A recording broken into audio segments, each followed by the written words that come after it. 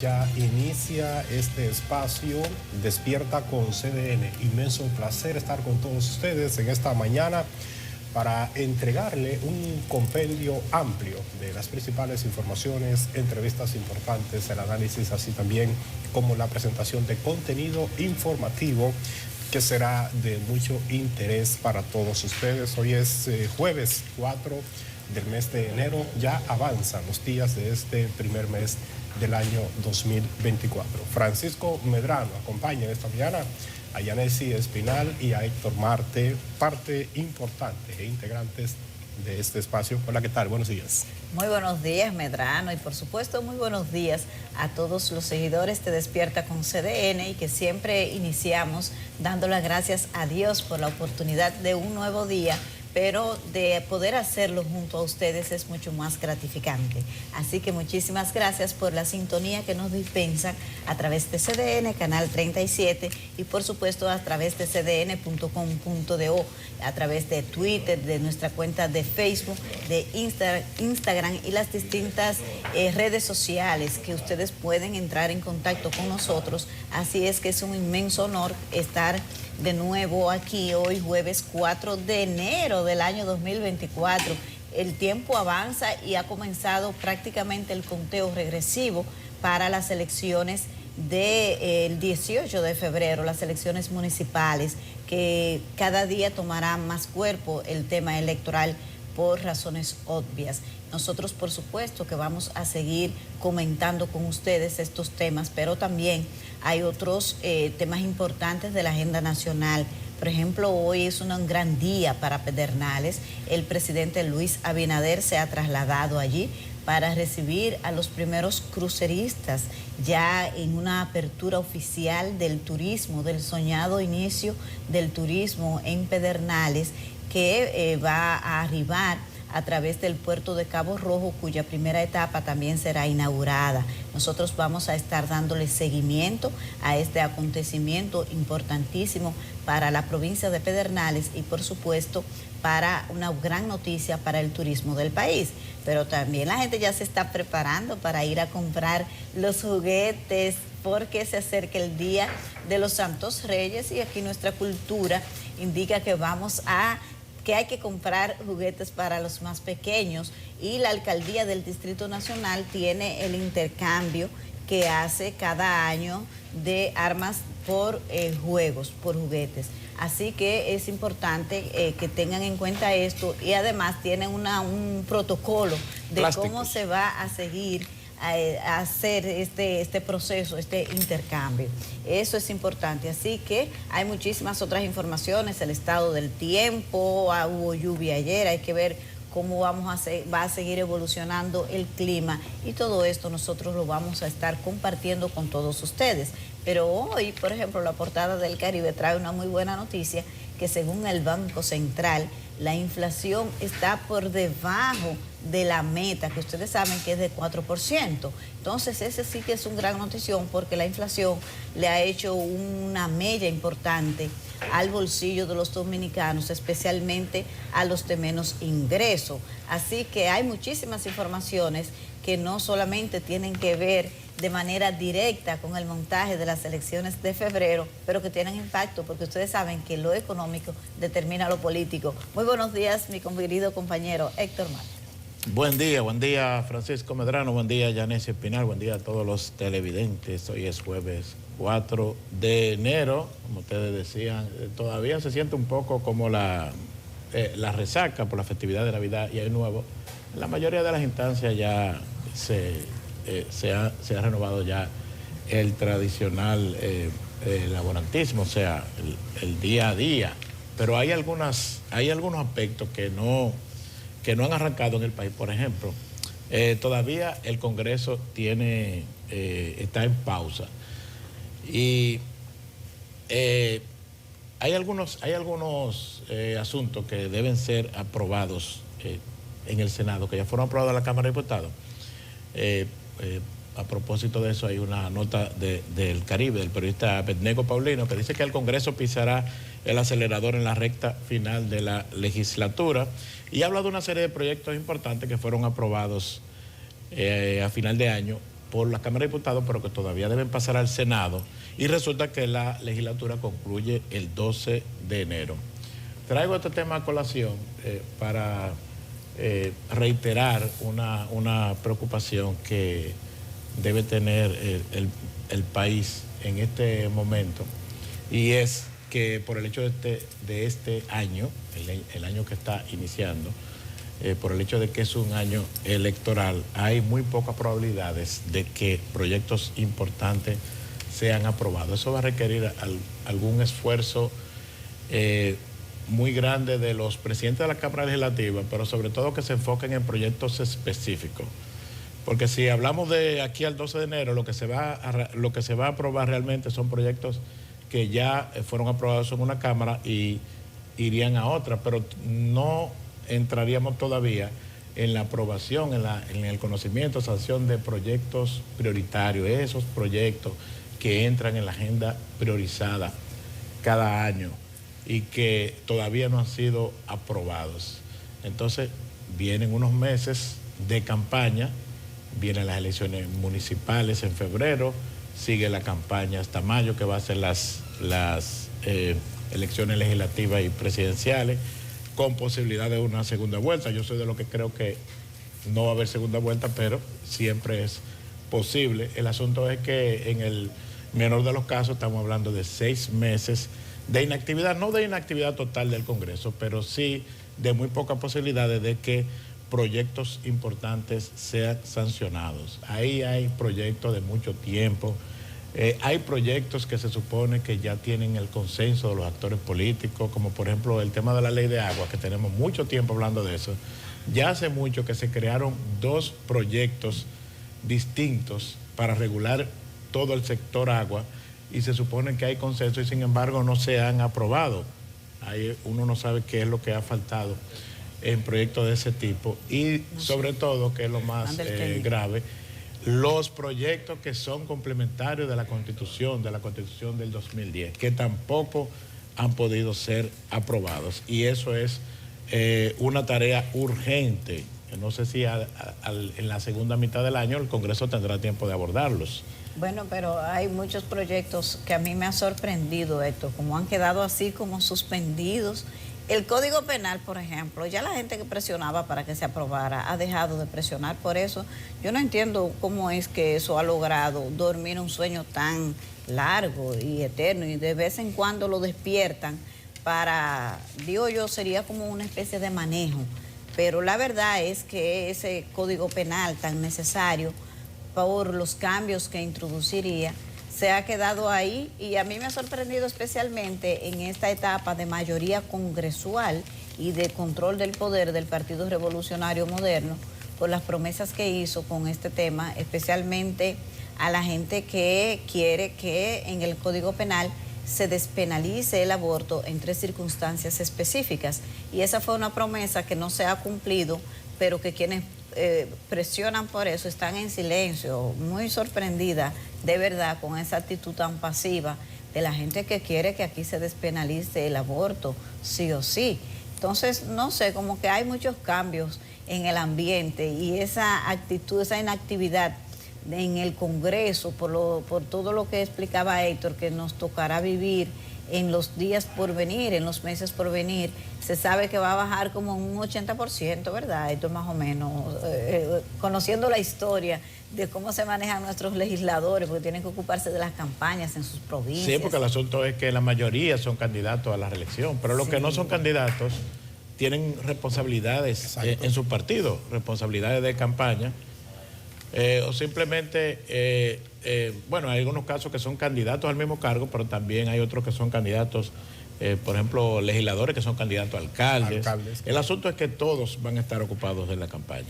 Mira, hay un punto importante a destacar sobre el tema de las reformas al Código Penal.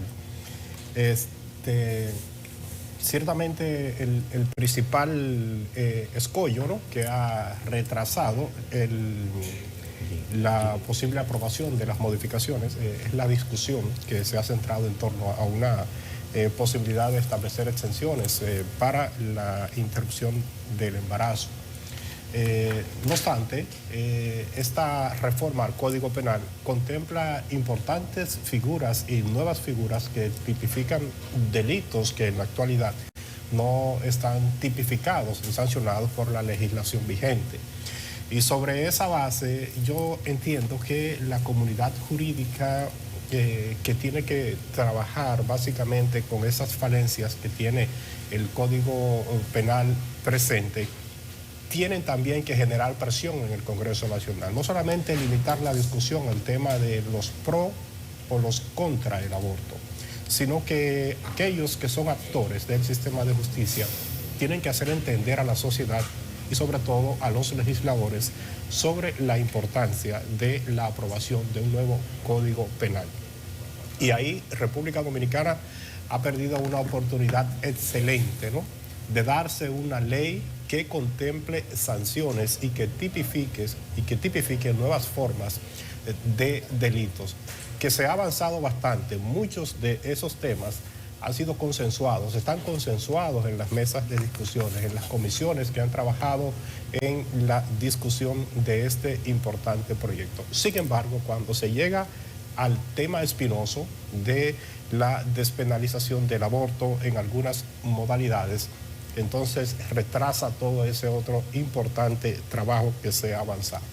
Yo creo que la discusión de la aprobación o de que el país se brinde, ¿no?, se le dé un nuevo Código Penal, si bien es cierto que los grupos que apuestan a mayores libertades, mayores aperturas en favor de las mujeres, y los grupos religiosos, que son los que han levantado la bandera de la defensa de la vida, tienen que permitir que los otros sectores también ejerzan un poder de liderazgo en esta discusión. Para mí el tema no es ni tan religioso ni tampoco tanto de libertades. El tema es básicamente de discusión jurídica y de discusión científica. Y no hemos visto en el Congreso Nacional una fuerte presión de la comunidad jurídica y de la comunidad científica que le pueda decir a los legisladores qué es lo que realmente le conviene o qué es lo que República Dominicana debe ajustar conforme a su ley y su ley madre, porque la Constitución tiene claramente establecido los límites y los parámetros del respeto a la vida y de la forma en que también se pueden tratar casos en los que la vida está en peligro. Pero, como dice Héctor, ciertamente es un espacio de campaña. Muchos diputados aspiran a ser alcaldes en demarcaciones, otros no tienen aspiraciones a la municipalidad, pero tienen responsabilidades en sus demarcaciones, responsabilidades partidarias, responsabilidades de compañeros de partido, y es muy probable que esta legislatura no sea extendida, que finalice el próximo 12 de enero y que luego se retome a partir del 27 de febrero, cuando se inicia la primera legislatura ordinaria de este año 2024. Sin embargo, también entra en una etapa del inicio de la campaña más agresiva, que vienen las elecciones generales para la escogencia del presidente y vicepresidente de la República y los cargos al Congreso Nacional, por lo que por lo menos de aquí hasta mayo, cuando debe pasar el primer proceso electoral correspondiente a esta segunda etapa de votación después de las municipales, es muy probable que la actividad congresual pues merme bastante, ¿no? No conforme a la dinámica que siempre se ha establecido. Así es, tú que tienes experiencia en eso, bregando con esa fuente congresual, esa fuente del Congreso, puedes hablar con propiedad. Y el que puede hablar con propiedad, pero del tiempo, es Jim Suriel, que nos va a decir cómo está, como dicen los americanos, el weather, ¿verdad? Hoy jueves 4 de enero.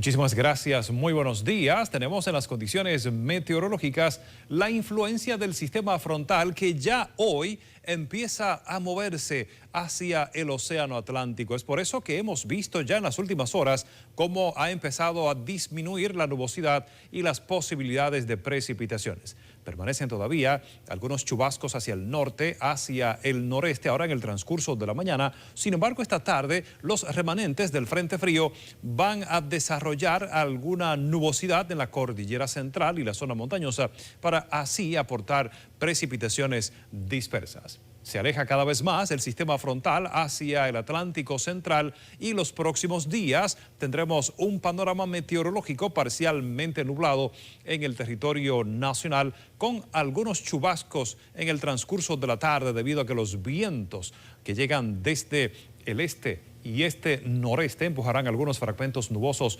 hasta el territorio dominicano. Tenemos esa mezcla de temperaturas cálidas en el transcurso del día y muy frescas en las noches y madrugadas debido a que estará de tránsito una masa de aire polar al norte de la región del Caribe que será desplazada hacia el Atlántico central. Estas han sido las informaciones meteorológicas. Gracias, Jean Suriel. Nosotros tenemos que hablar, por supuesto, de nuestros contactos a través de Facebook Live. Gracias a tanta gente maravillosa que tempranito se pone en contacto con nosotros. Y por ejemplo, mira, aquí está Pedro Celestino Rodríguez. Saludos, buenos días. Hoy se hace historia en Pedernales, así es, grandes noticias le esperan a esa provincia del sur, que dice un lema del gobierno que llegó la hora del sur. Qué bueno que así sea, porque se sabe que hay que dinamizar la economía para que la gente pueda vivir mejor. Francis Aquino Mejía, abundantes bendiciones y muy buenos días para todos. Gracias, igual para ti, que pases un maravilloso jueves. Y si hay un chubasco por allá de lo que anunció Jean Suriel, tome su sombrillita y su abriguito también, si todavía le toca un poquito del frío que nos ha estado azotando por estos días. Rosario Rodríguez, buenos días y díganos desde dónde nos escriben, porque eso nos hace felices saber que de los distintos puntos del país y también del exterior están en contacto con Despierta con CDN. Dice Lina Virtudes, buenos días, buen día para ti Lina, gracias. Cristian Segura, muy buenos días y un saludo a mi gente de Padre Las Casas en Asua, soy fiel con ese espacio, mil bendiciones desde Santiago, la ciudad corazón, allá desde la Villa Olímpica, una audiencia inmensa que tiene Despierta con CDN en Santiago, pero especialmente con nuestra gente de la Villa Olímpica, así que la pasen muy bien. Kelvin Torres, buen día Yanesi. Héctor Francisco, saludo para Catherine, Nelson y Yulisa, donde quiera que estén. Ay, muchísimas gracias. Y por supuesto que ese equipazo de Despierta con CDN les agradece todo ese cariño que siempre nos manifiestan. Dice Héctor Franco, Héctor, vamos a ver cómo comenzamos el año contigo, porque la verdad que a veces hay que ser un poco más positivo para comenzar el día, pero dice Héctor, mientras el supuesto líder golpista y además convicto en USA lanza alaracas en el canal ilegal, la OEA duerme el sueño eterno en su informe sobre el canal. Esto es sobre Philip, el político haitiano que ustedes saben que ha regresado y ha tenido una serie de declaraciones y hasta hizo una visita al canal que construye Haití sobre el masacre o una parte del masacre que cruza por el territorio haitiano. Entonces a eso es que se refiere Héctor Franco con su crítica. Hay que tomar en cuenta este tema. Esta es una figura de muy alto perfil y de mucha conflictividad, así que vamos a ver cómo se maneja, porque evidentemente que quiere Philip aprovechar la situación de crisis y de caos que hay en Haití para controlar parte del poder allí. Pero vamos a ver cómo se siguen desarrollando estos temas y gracias a Héctor Franco por hablar sobre eso. Alejandra Ramírez, muy buenos días equipo, feliz año nuevo, un abrazo desde Suiza. Ay, muchísimas gracias por entrar en contacto con nosotros desde allá. Los dominicanos siempre se mantienen así, como dándole ese cariñito. Eso es lo que más me encanta de los dominicanos que se van a vivir fuera, es que es el cuerpo que está allá, pero su mente, su alma y su amor permanecen aquí, en su patria, y eso sí que es bien gratificante. Dice Jocelyn Martínez, Yanes, y Dios les bendiga, desde el kilómetro 14 de la autopista Duarte, gracias, muchísimas gracias, mil bendiciones también para usted y su familia. Felipe Padilla Fernández, buenos días, desde Santiago Oeste Cienfuegos, gozando este frío abrasador, qué rico que está, que se siente así con el baño del frío, que está en estos días sintiéndose por varios puntos del país, en algunos lugares con mayor intensidad, pero lo importante es que a todos parece que nos ha tocado, aunque ya Jean Suriel empezó a hacer unos pronósticos de que eso no va a ser tan así en los días por venir, pero disfrútenlo mientras dure. Y muchísimas gracias a nuestra gente de Cienfuegos en Santiago, que siempre está en contacto con Despierta con CDN. Jocelyn Martínez, fiel televidente de Despierta con CDN, gracias por su fidelidad, porque así fue el año pasado y comenzó este 2024 fiel aquí con nuestro programa. Dice Vanessa del Rosario, excelente equipo, felicidades desde la ciudad Corazón. Ay, muchísimas gracias a nuestra gente de Santiago. Ustedes ven que es un público muy fiel desde distintos puntos, barrios, sectores de la ciudad Corazón nos escriben para hacer saber que están en contacto con Despierta con CDN. Y dice Jocelyn Martínez, feliz años para todos, de nuevo un abrazo. Muchísimas gracias a todos ustedes que han entrado en contacto con nosotros a través de Facebook Live, tempranito, como nos gusta. Muchísimas gracias y es momento de una pausa comercial, ya regresamos. Bueno, muchísimas gracias. Seguimos con más contenido en Despierta con CDN.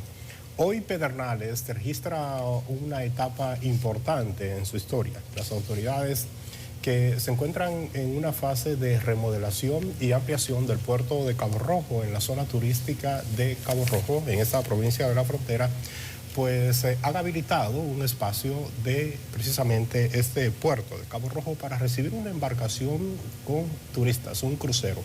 Más de 2.500 cruceristas estarán arribando en la mañana de hoy al puerto de Cabo Rojo en Pedernales, dentro del gran proyecto de desarrollo turístico que han emprendido las presentes autoridades. Nuestra compañera Francis Zavala se encuentra en esa demarcación en la zona fronteriza del país para avanzarnos las expectativas. Hola Francis, ¿qué tal? Bienvenida.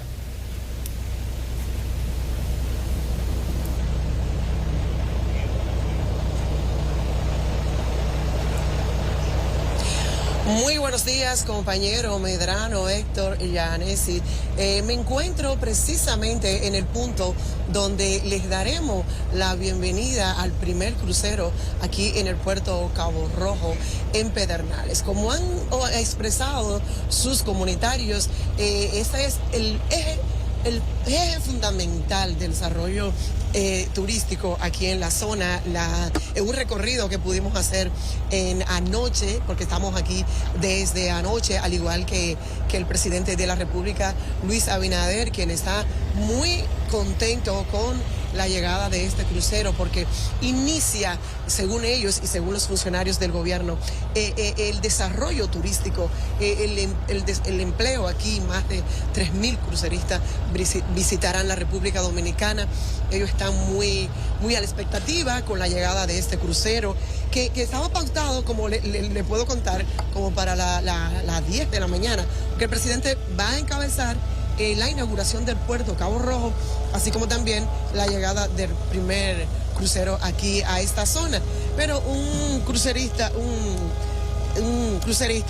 publicó en su cuenta de Facebook, para contarles a ustedes, los amigos televidentes de Despierta con CDN, Robert Samboy, un tripulante crucerista de otra nave marítima de allá en Miami, pues publicó en su cuenta de Twitter que el barco estaría llegando, el crucero estaría aquí en Cabo Rojo este jueves, justo a las 10 de la mañana, con más de 3.000 personas a bordo. Pero tengo entendido que se adelantó su llegada, entonces llegará a las 9:30 de la mañana. Eso es lo que tenemos entendido.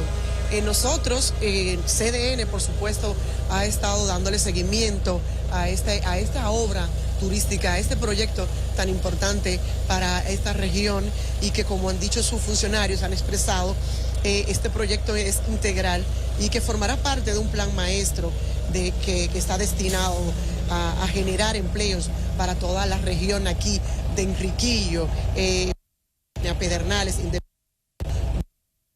pues porque los comunitarios de aquí que expresaban su alegría, su emoción de la llegada con este, que ya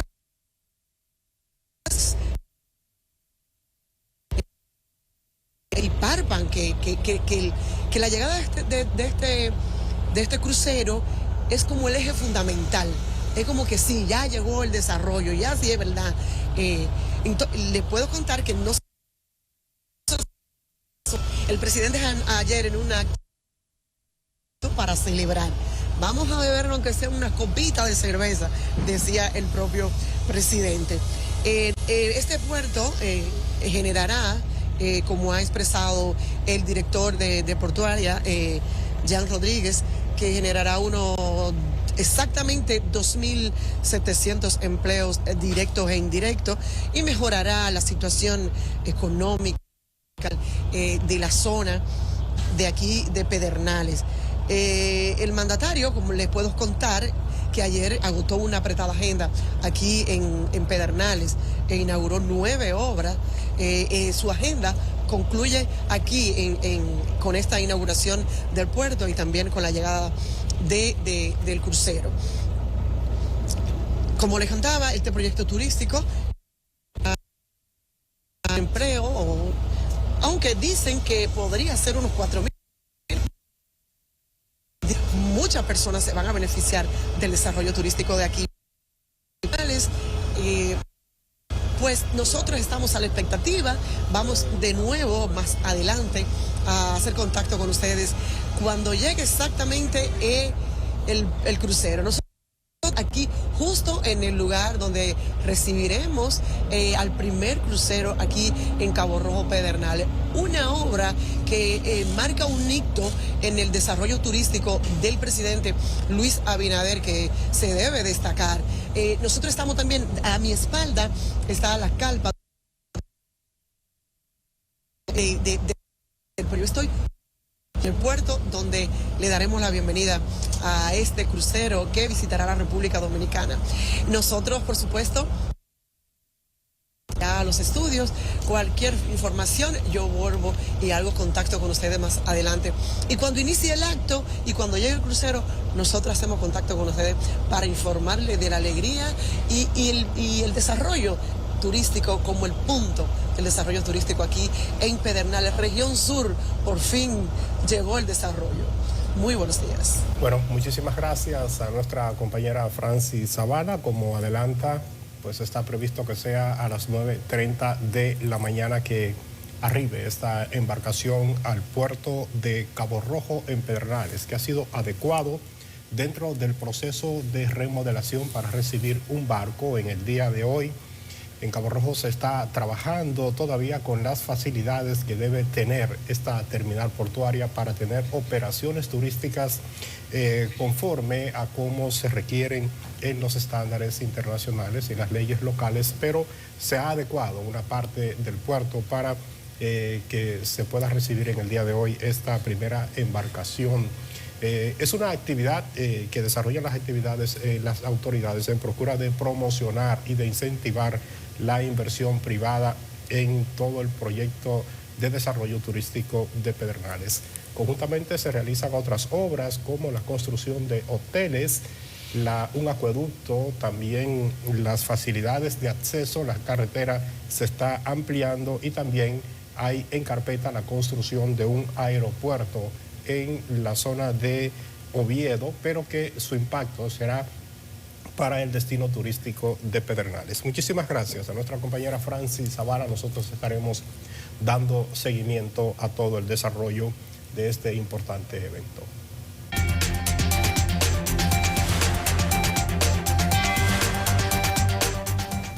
Es el momento de conocer el resumen de las informaciones más importantes en el interior del país.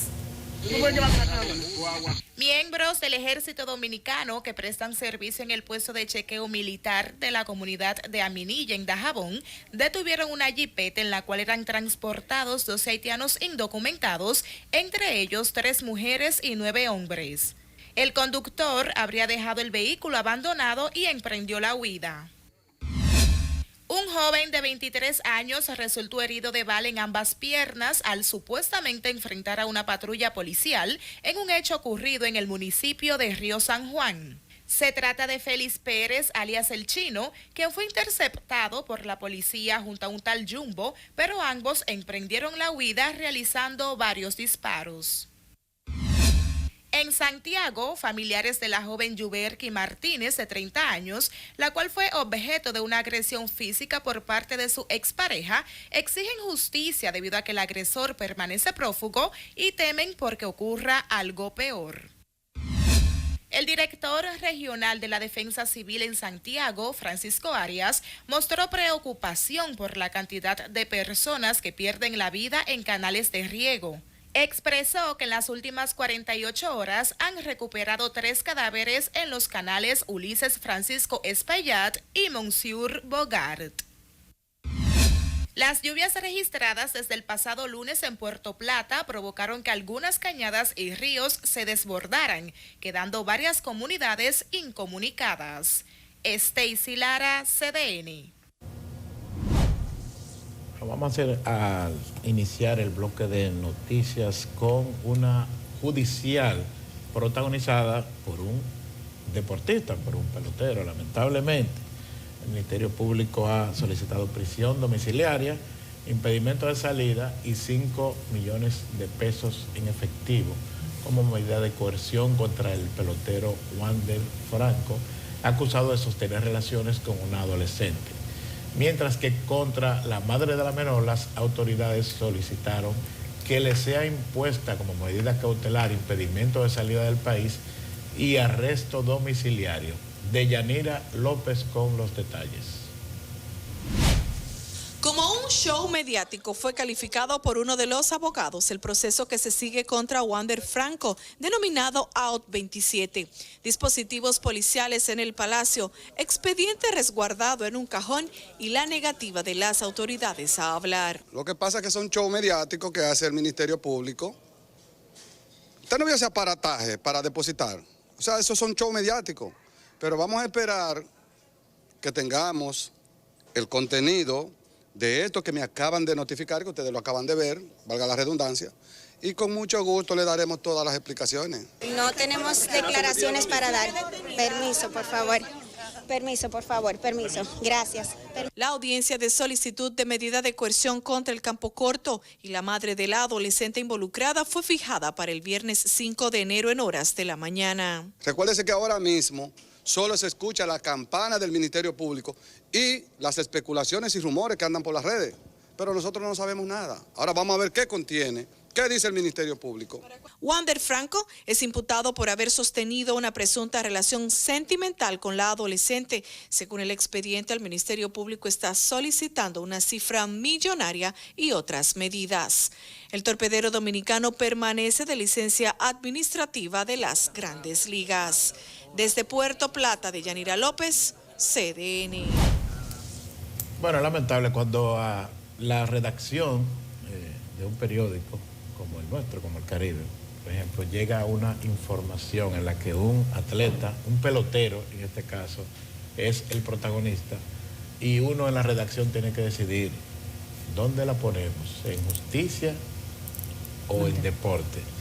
Pues ya ahí hay una muy mala señal, pues ya sabemos que se trata de una noticia que no debería ser lamentablemente protagonizada por un pelotero, pero en este caso ha sido así y se ha complicado, si ustedes se fijan, le hemos estado dando seguimiento al principio, se ha complicado a medida que el proceso se va avanzando, van saliendo detalles y está bastante complicado el caso. Ayer se estaba identificando este caso como AU27 en las redes sociales y desde el principio uno tenía su reserva porque decía, bueno, ¿Cómo es posible que el Ministerio Público a este caso también le ponga nombre? Creo que no es necesario, y creo que la mayoría de la gente que lo vio, claro, despojado de morbo, también pensó lo mismo.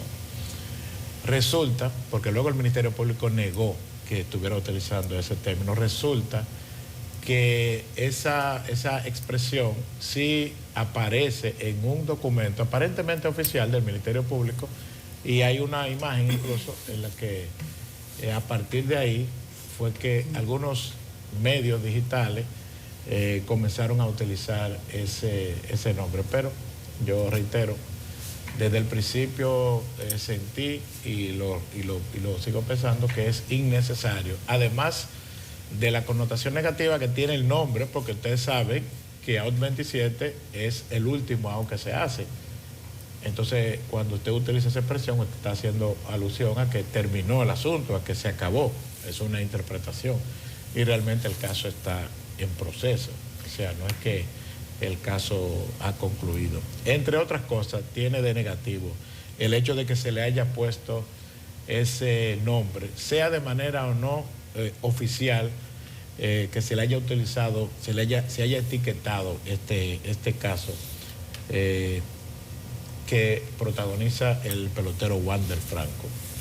Sí, definitivamente que es muy triste este caso de Wander, porque estos casos ocurren, pero cuando son hechos protagonizados por una figura de esta trascendencia, es mucho más lamentable. Recuerden que los peloteros son embajadores de la República Dominicana, y que cuando son usted el rey de los jonrones, como el caso de Albert Pujols, es positivo para el país porque es un dominicano, es el nombre de la República Dominicana la que sale en realce a nivel internacional.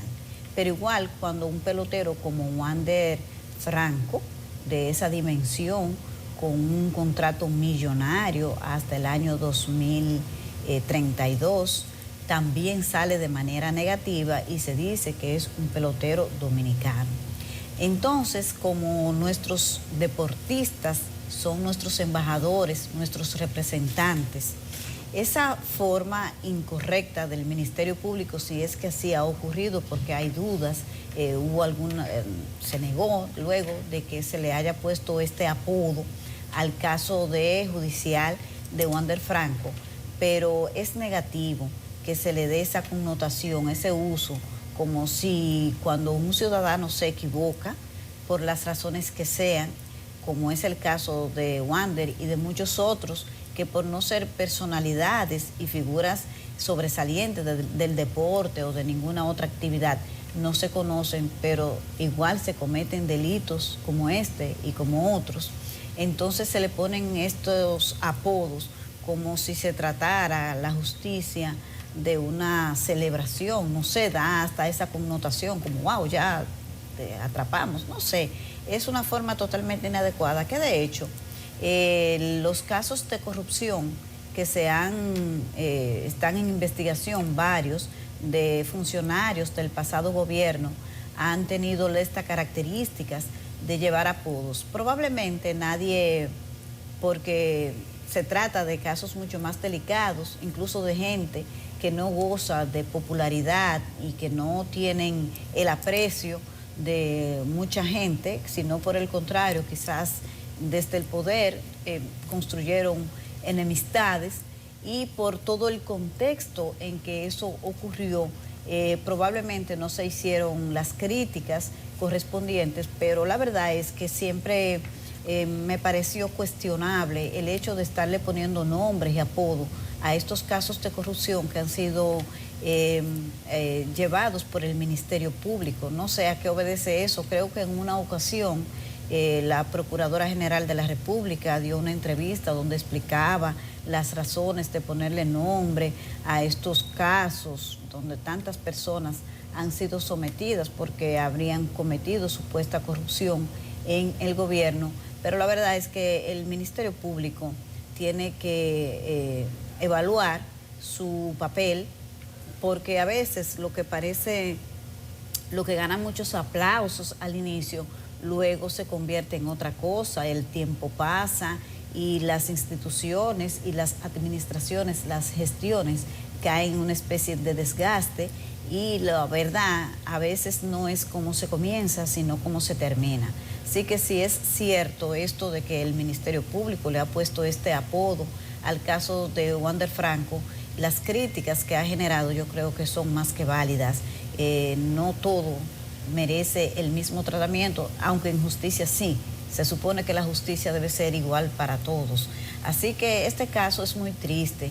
Y también, según lo que ha investigado hasta ahora el Ministerio Público, el hecho de que de nuevo un padre le haya fallado a su hijo en estos casos, es una menor de 15 años y su madre se le ha pedido arresto domiciliario porque el Ministerio Público la acusa como cómplice para que mantuviera una relación ilegal, porque el Código del Menor califica como una violación las relaciones entre mayores de edad con una menor de edad, y esto es lo que supuestamente ha ocurrido en el caso del pelotero. Pero es bastante cuestionable que de nuevo un padre no haya cumplido con su rol.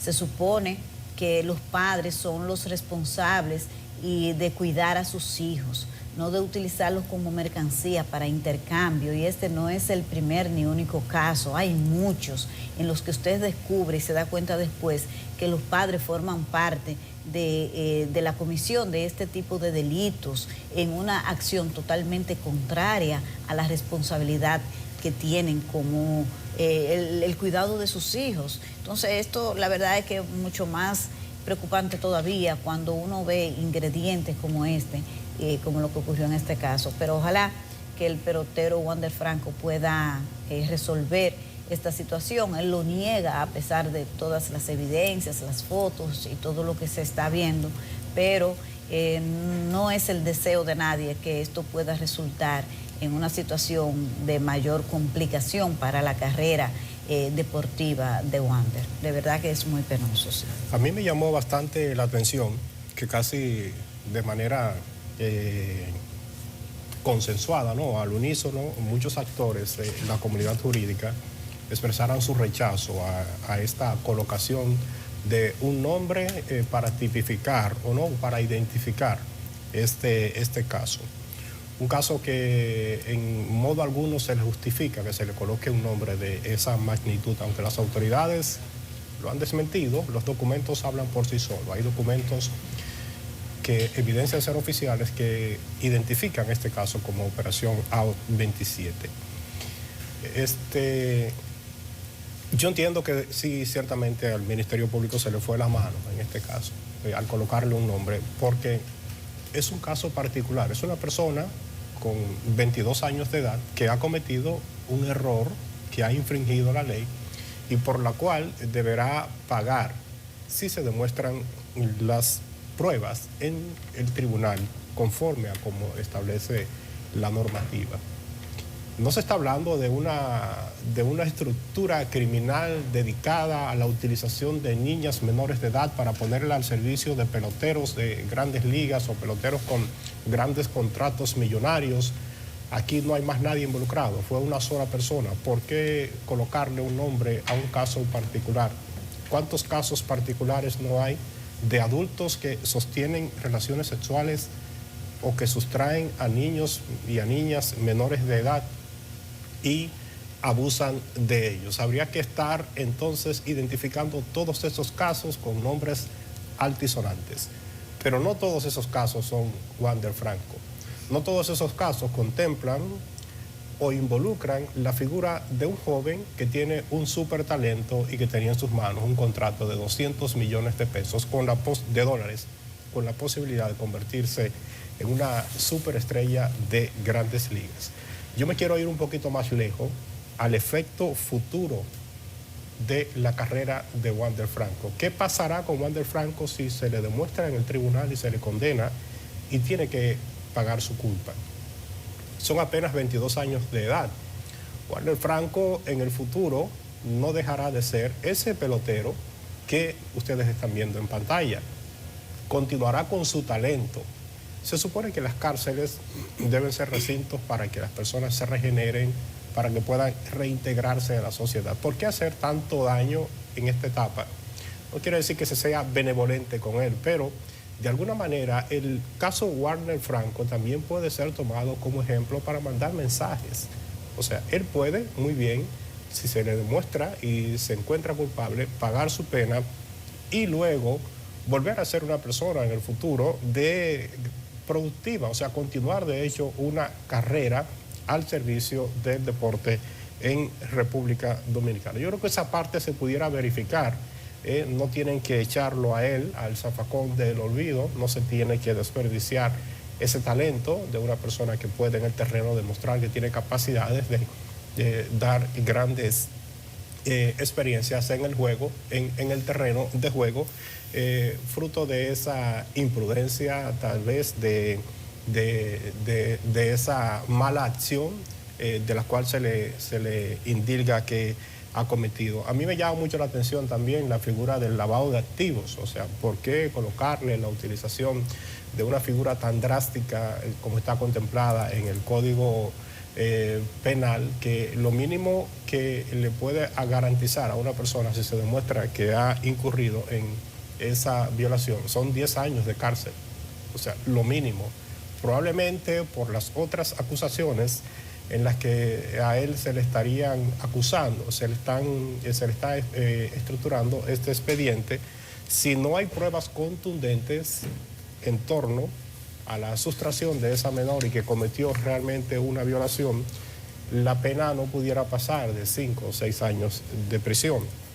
Ahora, con el tema del lavado de activos, lo mínimo que le puede tocar son 10 años de prisión. Hay como que sí procurar que se haga justicia, que se establezcan sanciones, pero no ir tanto al extremo para que también la justicia y el Ministerio Público actúe también de una manera más equilibrada como ente representante de la sociedad. Warner Franco no deja de ser un ciudadano dominicano que también entiende que sus instituciones deben darle a él ciertas garantías de derecho. No estamos con esto estableciendo inocencia o no responsabilidad o no culpabilidad alguna en torno a esta figura. Lo que sí se está viendo es que hay como un cierto interés de ser muy drástico con este caso de manera particular. Pero ya veremos, está depositada la acción y el tribunal tendrá que decidir en torno a las solicitudes de medidas de coerción en esta primera etapa del caso. Nosotros vamos a continuar con las informaciones. Ustedes saben que en la llegada de Gay Phillips a Haití ha generado toda una situación por las acusaciones y el canciller Roberto Álvarez le ha respondido a las declaraciones del ex ministro de Haití con relación a que supuestamente estábamos en el país pueda constituirse en un puente de tráfico de armas. Nosotros vamos a tener esta historia completa en este momento, vamos a verla. Las declaraciones del canciller fueron ofrecidas a propósito del respaldo que expresó Guy Phillips a los haitianos que están construyendo el canal para desviar el río Masacre. En el territorio haitiano, los haitianos y en sus ríos ellos pueden construir los canales que quieran. Ahora otra cosa es construir canales que vayan a tomar agua de los recursos naturales compartidos, eso sí no. Pero no sería una provocación. Sí.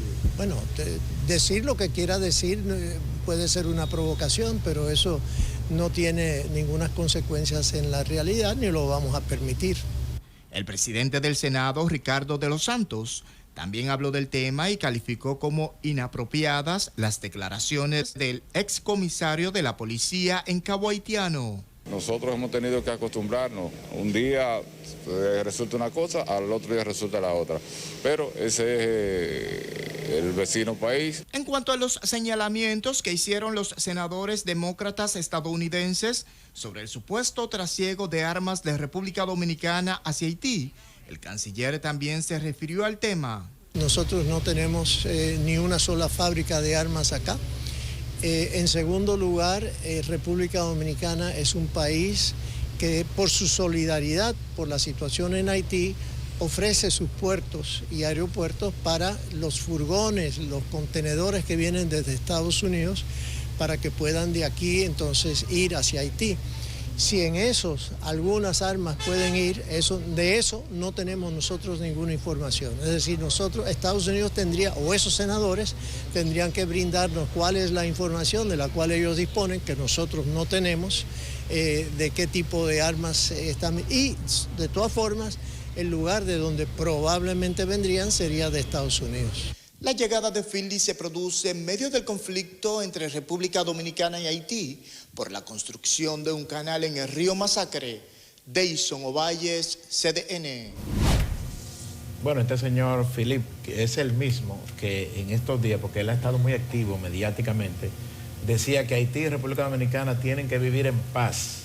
Tenemos que ayudarnos el uno al otro, decía Philip, pero esa declaración última, obviamente interpretada como una provocación por el momento en que se produce, sabiendo uno hasta dónde ha llegado este tema del canal. Entonces esta posición que él asume no es necesariamente promoviendo la paz entre República Dominicana y Haití. Vamos al tema electoral. A 6 semanas para las elecciones municipales, el país entra en una ruta crucial y aumenta la cantidad de plazos legales que deberán cumplirse para el montaje del proceso, en el que se disputarán más de 2.000 cargos de elección popular. Carolyn Cuevas nos trae la historia. En poco más de 45 días son las elecciones municipales pautadas para el 18 de febrero. La Junta Central Electoral trabaja a toda marcha para ultimar los detalles del proceso y agotar cada uno de los plazos establecidos en el calendario electoral que entra en su ruta crítica. 4 de enero, fecha límite para anunciar el local donde funcionará cada colegio electoral. 9 de enero, límite para la realización de actos inaugurales del gobierno y alcaldías. El 19 de enero se cumplen 2 plazos, límite para la creación, traslado o fusiones de colegios electorales y el límite para iniciar los trabajos de impresión, recepción y preempaque de las boletas municipales. Llegado el mes de febrero, los aprestos se tornarán más intensos. 3 de febrero, fecha límite para la publicación de la copia de la boleta municipal y la designación de los funcionarios de los colegios electorales. El 10 de febrero se cumplen 2 plazos, límite para la Junta entregar las credenciales a funcionarios de colegios electorales y el límite para la publicación, difusión de sondeos o encuestas electorales y para que los partidos depositen el presupuesto no desglosado. 13 de febrero, la Junta debe iniciar la entrega de los materiales a las juntas electorales. 15 de febrero, fecha tope para la realización de proselitismo, incluyendo reuniones de carácter político y las campañas televisivas. El 17 de febrero, 24 horas antes del proceso, se suspende el expendio y distribución de bebidas alcohólicas.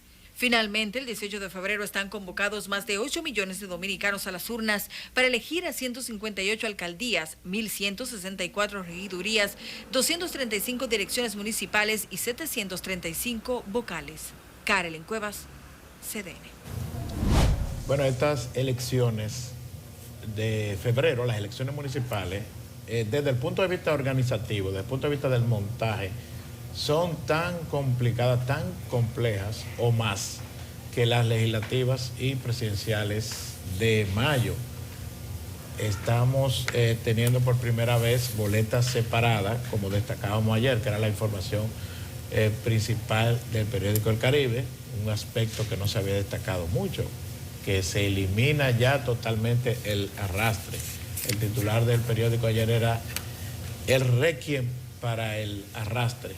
Se marca con estas elecciones municipales y como destaca hoy Yanesi en otro trabajo que está publicando, ese cambio,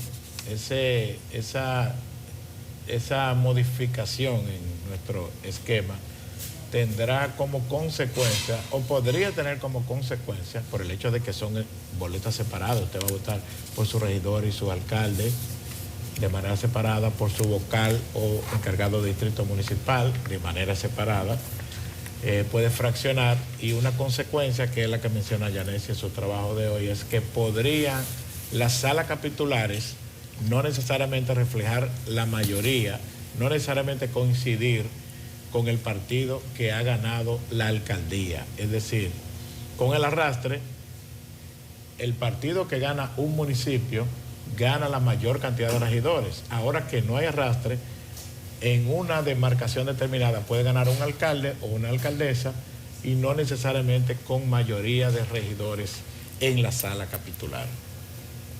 Bueno, la verdad es que viendo todo lo que está ocurriendo en el contexto político actual, y que no es nuevo, sino que el escenario es producto de una serie de situaciones que han empezado, si lo vemos quizás desde el 2014, cuando se fundó el Partido Revolucionario Moderno, y que con apenas 7 años de fundado logró ganar la presidencia, el gobierno, y es el principal partido del país hoy día.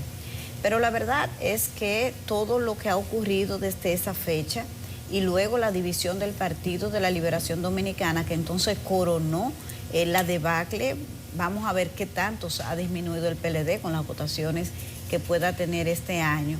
De los dos principales partidos, entonces nacen dos partidos nuevos, el PRM con mucho potencial, que incluso ganó la presidencia de la República, y el Partido Fuerza del Pueblo, que se desprendió del Partido de la Liberación Dominicana y que, según lo que se observa en el panorama y todas las encuestas, sean afines a ese partido o no, lo colocan como la segunda fuerza política. Entonces habría una reconfiguración definitiva del sistema de partidos políticos en función de la votación que obtenga cada uno, tanto en febrero como en mayo de este año. Pero hay muchos elementos. Hoy nosotros, además de eso, estamos publicando la competencia fundamental en las principales plazas del Gran Santo Domingo, cómo hay una correlación de fuerza que la hace mucho más competitiva que lo que pasó en el año 2020. Para ponerle un solo ejemplo, el caso de Domingo Contreras en el Distrito Nacional compitió con Carolina Mejía en las pasadas elecciones, pero lo hizo de un partido dividido. Hoy va como candidato, pero de una alianza de oposición que involucra al voto que se dividió para las elecciones del 2020. Entonces, un contexto diferente. Cuando planteo estos elementos, más el tema económico, por ejemplo, hay buenas noticias con relación a lo que dice hoy el Banco Central, del tema de la inflación. Pero leía ciertamente en el editorial de ayer de Don Nelson que uno de los temas que siempre se refleja en el año electoral es un menor crecimiento de la economía. Bueno, pero si el año que acaba de finalizar la proyección de crecimiento máximo es de 2.5%, entonces ¿cuánto poquito vamos a crecer este año electoral si la constante histórica es que en el año electoral la economía se resiente por diferentes situaciones? Cuando le hago más o menos este breve resumen del contexto de los partidos políticos, de los cambios que se han producido producto de la división, de la realidad del contexto económico, a donde queremos conducir más o menos el comentario es que por todos estos factores no hay como una decisión clara de hacia dónde se va a dirigir finalmente el voto mayoritario. Yo creo que todo esto está muy confuso, no hay nada. Por ejemplo, en las elecciones del 2016, aquí había poco cuestionamiento de quién sería el triunfador en las elecciones presidenciales y quién arrasaría en los demás cargos. Pero ese contexto no es el que está hoy. Por lo tanto, me parece que hay que ser un poco cuidadoso con el tema de las proyecciones, porque hay demasiados factores coyunturales. La propia alianza, yo creo que el PRM no previó la posibilidad de una alianza en la dimensión en que ocurrió en los partidos de oposición, que es un hecho, y todavía hay expectativas de que se pueda ocurrir incluso en primera vuelta. Todos esos son factores que impactan en el escenario electoral y que me parece que hacer proyecciones de quién va a arrasar o no, cómo se va a comportar el votante, es muy arriesgado porque hay demasiados factores que incidentan el resultado de las elecciones. Me parece un poco eso. Antes de ir a la pausa, dentro de las actividades programadas en la agenda de los plazos legales de la Junta Central Electoral, es bueno destacar que para hoy jueves han sido convocados los partidos políticos, sus delegados técnicos y electorales para conocer del sistema de conteo, digitalización y transmisión de los datos. Esto es importante, la tecnología que utilizará la Junta Central Electoral para el día de las votaciones. Todo este sistema de escrutinio, de conteo y por supuesto del envío de los datos a la Junta Central Electoral para que se conozcan los resultados una vez concluyan las elecciones. En el día de hoy, las organizaciones políticas tienen la oportunidad de despejar todas las dudas, porque los técnicos y la auditoría que ha sido realizada estará entonces revelando parte de esas interrogantes que tienen las organizaciones. Vamos a una brevísima pausa comercial. Hay más, no le cambie. Seguimos en Despierta con CDN. Hoy, 4 de enero, es el Día Mundial del Braille, del sistema de Braille. Y para hablar de ese tema tenemos con nosotros al profesor Lino Rafael Delgado, quien es presidente de la Fundación Dominicana de Ciegos. Buen día, profesor. Gracias, muchísimas gracias, Héctor, y saludamos a todos nuestros amables televidentes. Sí, ciertamente, hoy día 4 de enero se cumple el 215 aniversario del nacimiento de quien fue el inventor del sistema Braille, Louis Braille, un francés que perdió la visión a los 3 años de edad, pero que muy pronto se incorporó al sistema educativo que para ese entonces existía en París, y con ello entonces fue inscrito en el Instituto Nacional para Ciegos de París.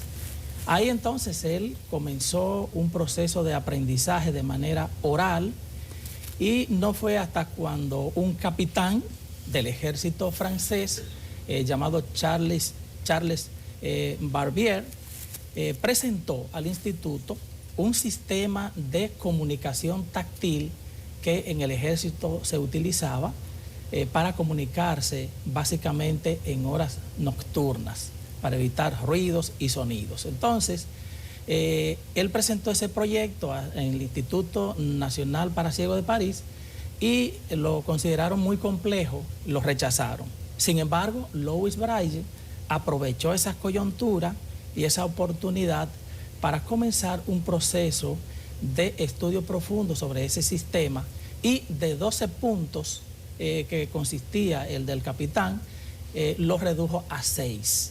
Entonces, mediante la combinación de 6 puntos, se inventó ese sistema de lectoescritura Braille, hoy pues desempeñando una función importantísima en el proceso de inclusión educativa de las personas con discapacidad visual.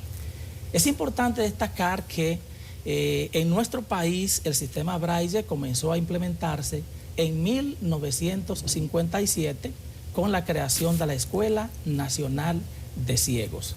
Esta institución fungió como albergue de personas con discapacidad visual de diferentes puntos del territorio dominicano, y con ello marcó una página importantísima en ese proceso de inclusión educativa de las personas ciegas y deficientes visuales del país.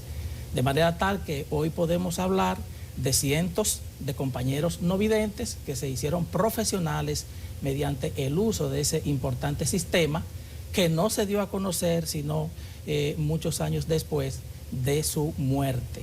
O sea, ahí fue, diríamos, patentizado, oficializado como ya una atribución de Louis Braille. Bueno, muchísimas gracias al profesor Lino Rafael Delgado. Es bueno conocer este tipo de historias porque se demuestra que cuando se quiere se puede, que no hay limitaciones, como fue de este francés que creó este sistema. ¿Cuántos profesores tiene actualmente la escuela y cómo es la dinámica de la enseñanza? Nos gustaría conocer un poco en detalle esa parte. Bueno, hoy lo que fue la Escuela Nacional de Ciegos funge como Centro Nacional de Recursos para la Discapacidad Visual Olga Estrella, cuyo nombre se le atribuye a esa señora que introdujo el sistema Braille en la República Dominicana. Ahora, ese centro educativo fundamentalmente trabaja con niños y adolescentes que están incluidos en los centros educativos comunes, desde primaria hasta ya nivel secundario. En el aspecto universitario ya pasan a recibir asistencia de otras entidades como la Fundación Dominicana de Ciegos, a través de los diferentes programas que esta institución ejecuta. El Centro Nacional de Recursos Educativos, Olga Estrella, trabaja fundamentalmente con profesores denominados itinerantes.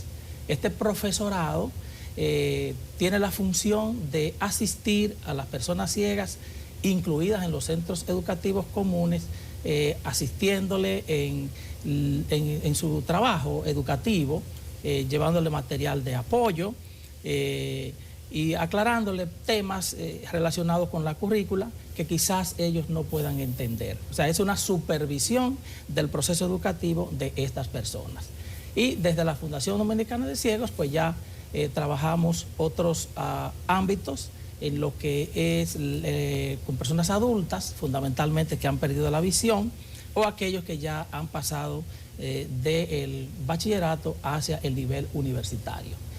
Es importante destacar que desde la Fundación Dominicana de Ciegos nosotros tenemos una serie de programas importantísimos relacionados con la enseñanza de informática. Y esto ha venido a jugar un papel importantísimo también en el proceso de la inclusión educativa de las personas con discapacidad visual. Otros cursos que trabajamos también en la institución son de masaje corporal, de locución, de servicio al cliente, entre otros, porque la idea es fundamentalmente viabilizar la incorporación productiva de estas personas a los fines de que puedan ser incluidas en el ámbito laboral y con ello entonces lograr una mejor independencia. Profesor, nos gustaría saber si existe en el país una legislación, una norma, ¿no?, que regule, que promueva, que incentive la aplicación del sistema Braille, y si es así, ¿bajo qué entidad estatal está a cargo la responsabilidad de hacer cumplir esta normativa? Bueno, mira, nosotros en nuestro país somos ricos en leyes y que, dicho sea de paso, tienen en consideración a las personas con discapacidad. Y es importante destacar en este sentido, por ejemplo, la Ley 6697 de Educación en su artículo 4, la Constitución de la República en su artículo 63, la Ley 513 en su artículo 11 y, lógicamente, la Convención sobre los Derechos Humanos de las Personas con Discapacidad de las Naciones Unidas en su artículo número 24. Esta convención ha sido uno de los más importantes, de las más importantes herramientas legales que hemos tenido, ya que tiene un efecto abarcativo extraordinario. Entonces, desde el CONADIS, lógicamente, el Ministerio de Educación y todas las organizaciones que trabajamos con las personas con discapacidad, tenemos que involucrarnos de una manera u otra en este proceso, porque no podemos dejarle solo la tarea al Estado como tal, sino que las organizaciones también tenemos que desempeñar nuestro papel en este proceso de inclusión, porque si queremos que nuestra gente se incluya en el ámbito laboral y productivo, tenemos que empeñarnos en que ese proceso de educación sea efectivo y estas personas puedan reunir las competencias pertinentes que le permitan entonces incluirse en el ámbito laboral. El país está a la sala de unas elecciones municipales. Uno de los principales retos que tienen las ciudades en República Dominicana son las limitaciones de accesibilidad de las personas con limitaciones visuales. Las aceras no son amigables a esa población. ¿Se han acercado o se acercan a ustedes candidatos para trabajar planes y proyectos de cara a sus propuestas municipales, o tienen ustedes también esa inquietud de que sea el tema incluido en la oferta electoral? Aunque realmente el acercamiento de los candidatos en esta ocasión es un poquito tímida, sí hemos tenido acercamiento de algunos para ello. Sin embargo, aquí tenemos que destacar el elemento principal, que es la Junta Central Electoral, en el sentido de que creó la resolución 73-2023 a los fines de poder contribuir a que las personas con discapacidad, no solamente visual, sino en sentido general, puedan tener acceso a la votación. Y por ello, pues para estas elecciones de febrero y de mayo, la Junta ha creado el programa de voto accesible en casa para las personas con discapacidad que tienen una condición severa, fundamentalmente. En el Distrito Nacional y en la provincia de Santo Domingo será aplicado este plan piloto. No obstante, en todos los colegios electorales habrán mesas de asistencia, mesas auxiliares, a los fines de ofrecer informaciones y orientaciones a las personas con discapacidad para que puedan ejercer su votación con la mayor democracia y libertad posible.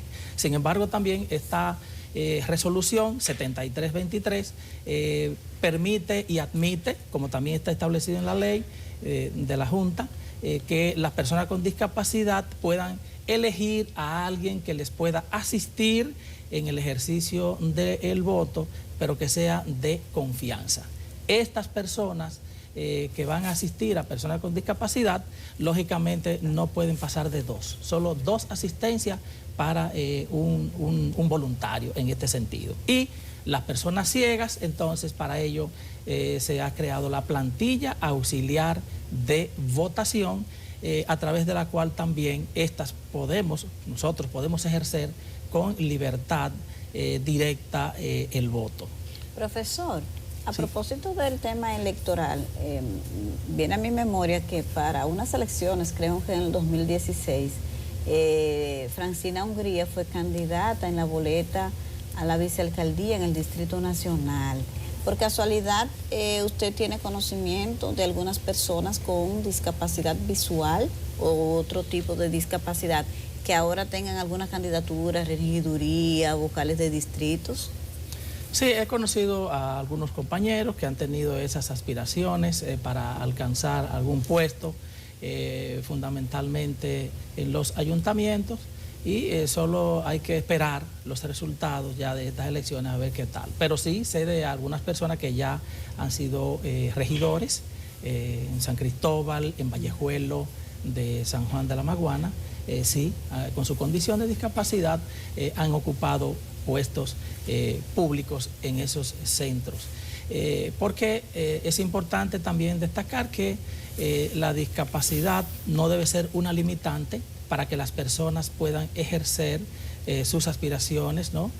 Puedan tener esas aspiraciones a ocupar un puesto, ¿no? Lo importante es que haya una capacidad gerencial, si se quiere, y básicamente crear un liderazgo que le permita tomar esa decisión de formar parte de un ayuntamiento, de una regiduría. Entonces, si hay candidatos con limitaciones en la boleta de municipal, ¿hay candidaturas? Sí, los hay, pero que hay que esperar ahora el resultado. Sí, claro. Entonces, lo importante de todo esto es que con eso, y eso es sumamente interesante, eso que usted plantea, porque con ello se le da cumplimiento a lo que establece el artículo 29 de la Convención sobre los Derechos Humanos de las Personas con Discapacidad de las Naciones Unidas, en la que estas personas, a pesar de su condición, pues pueden ser elegidas, pero también elegir. Y yo creo que es importante este ámbito de que se nos tome en cuenta en cuanto a la inclusión en el ejercicio del voto. Profesor, con el tema de la inclusión, usted mencionaba el marco legal, me parece que es bastante amplio y bastante completo. También hemos visto muchos esfuerzos en los últimos años de entidades, fundaciones, la misma de Francina mencionaba Yanessi, o sea, muchos esfuerzos por lograr mayores niveles de inclusión en diferentes ámbitos. Pero en la práctica, ¿cuáles son los principales retos ¿Qué es lo que falta por lograr? Bueno, mira, realmente el artículo 8 de la Convención de las Naciones Unidas, que cito tanto por la importancia que para mí tiene, que de hecho tiene jerarquía constitucional, conforme al artículo 74, numeral 3 de nuestra Constitución, hay que crear un mayor nivel de estado de conciencia ciudadana en torno a las personas con discapacidad. Este artículo favorece el que se vayan rompiendo los prejuicios, los estereotipos, los preconceptos que a veces existen en la sociedad acerca de la persona con discapacidad. Por consiguiente, yo creo que sí, hay un gran acercamiento de muchas instituciones del sector público y también del privado que se están empeñando en formar su personal, en orientar su personal, en formarse más en cuanto al conocimiento sobre las capacidades que las personas con discapacidad puedan tener. Y esto es sumamente interesante. Yo creo que estamos avanzando poco a poco. El proceso de cambiar la mentalidad social no es fácil, toma su tiempo, pero yo creo que estamos en buen camino. Y lo importante también es que estamos en una voluntad de unir esfuerzos institucionales para que esto sea posible. Porque si nosotros como dirigentes de las instituciones de PCD estamos empeñados en que la sociedad conozca más acerca de este segmento de la población, entonces tenemos que incorporarnos también a ese proceso, y de ahí que estamos trabajando entonces junto con la Federación Nacional de Discapacidad Dominicana, la FENADID, estamos trabajando en ese proceso de concientización en los centros educativos dirigido a estudiantes, a personal docente, a técnicos y también a empresas que nos piden la formación de su personal acerca de este segmento de la población, públicas y privadas. Y me parece que estamos en buena línea en ese sentido. Profesor, ¿qué tan efectivo es el sistema Braille para poder comunicar o para poder informar a los usuarios del mismo? Yo veo que usted está con nosotros acá y tiene unos documentos y consigo trae unos instrumentos. Correcto. Si nos pudiera explicar, ¿no?, conjuntamente con la respuesta, la funcionalidad de esos equipos y reiterar la efectividad. O sea, yo puedo recibir o dar información tan efectiva como cuando una persona que tiene su vista normal puede leer un documento en sus manos. Sí, mira, aquí yo tengo justamente algunas herramientas con las cuales utilizamos para escribir en el sistema Braille. Esto es una pauta, a ver si ahí seguro se deben de enfocar en la cámara, ¿verdad? Esta pauta, como ustedes ven, está constituida por muchísimos cuadritos. En cada cuadro corresponde una letra de las palabras que nosotros escribimos. ¿Ah? Si una palabra tiene 7 letras, nosotros utilizamos 7 cajetines o recuadros para formar la palabra. Lo curioso de esto es que nosotros escribimos de derecha a izquierda. ¿Ah? No como ustedes que escriben de izquierda a derecha normal. Aquí escribimos de derecha a izquierda. ¿Por qué? Es sencillo. Fíjense que así como ustedes ven los cuadros de la parte delantera, aquí tenemos unos cuadros que tienen unos hoyitos. Son 6 hoyos, ¿no?, que no llegan al otro lado. Fíjense que está plana, está lisa la parte del reverso de la tableta.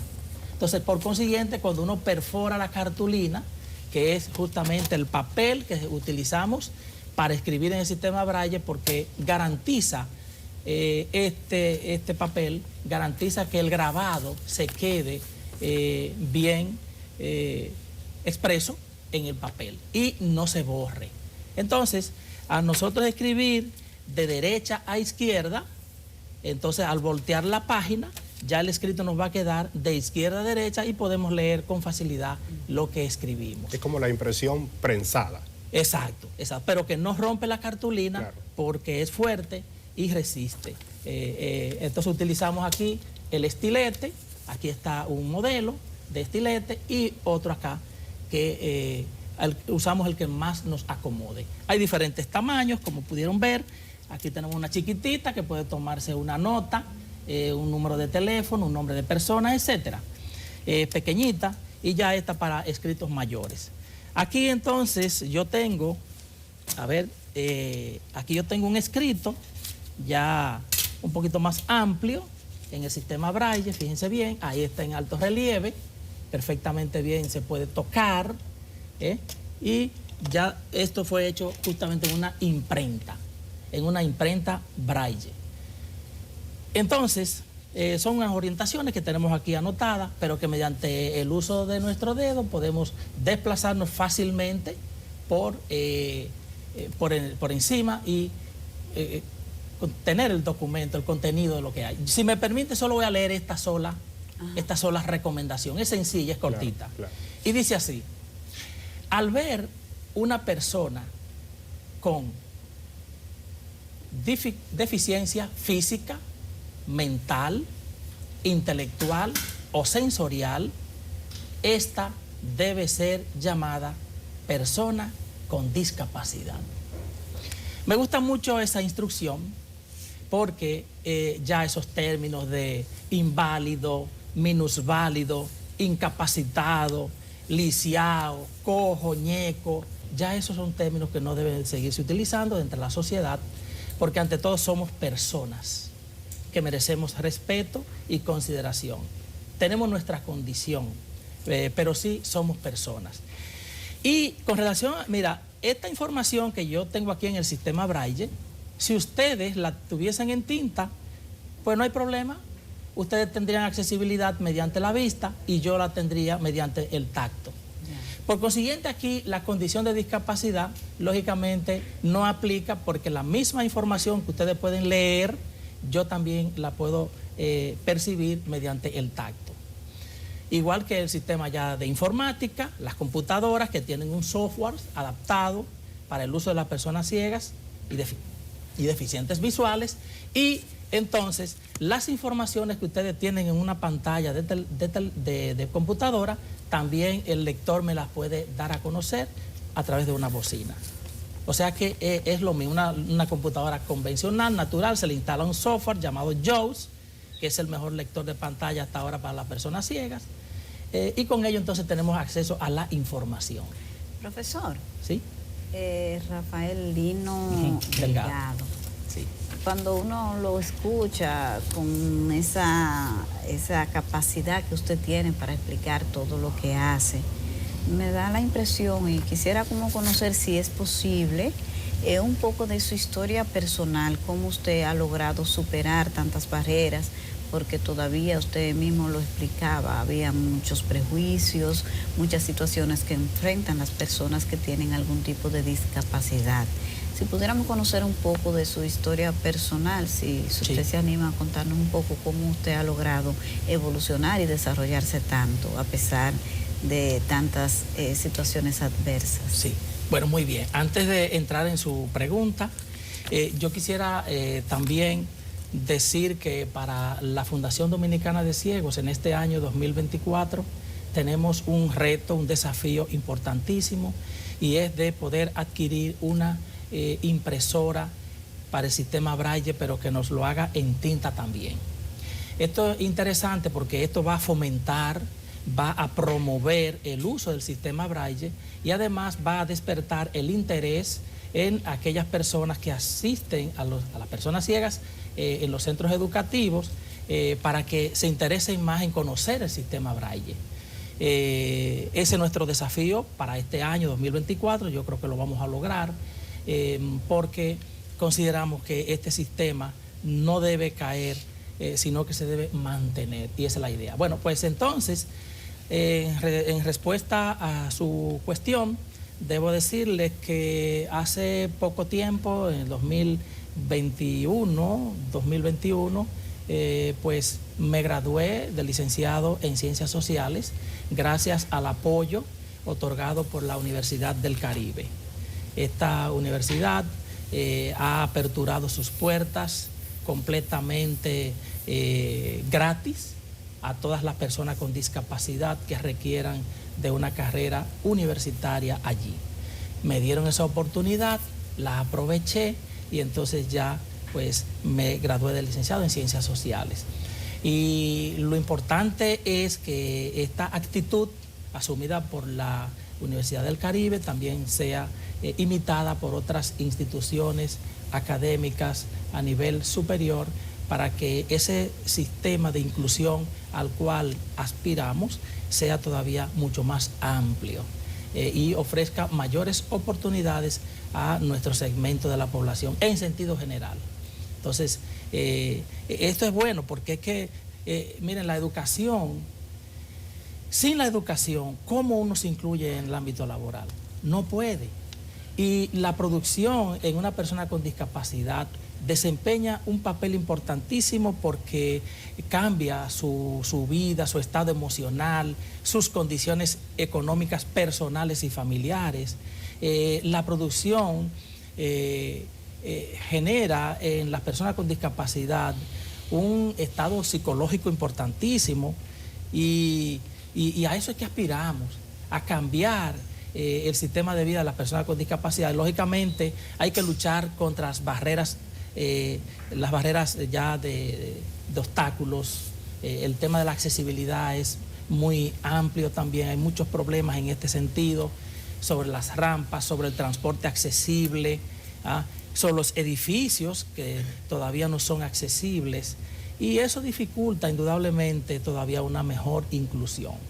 Entonces, dicho sea de paso, las rampas en las instituciones públicas y privadas no deben de ser simbólicas, sino que deben reunir las condiciones pertinentes que faciliten el acceso de las personas con discapacidad, básicamente usuarias de silla de ruedas, de muletas y otros aditamentos para que puedan acceder a los espacios físicos. Entonces, en ese orden, yo creo que tenemos que trabajar ya para tener un sistema de accesibilidad universal, donde todo el mundo pueda entrar, porque al final de la jornada es más fácil caminar por una rampa que subir escalones.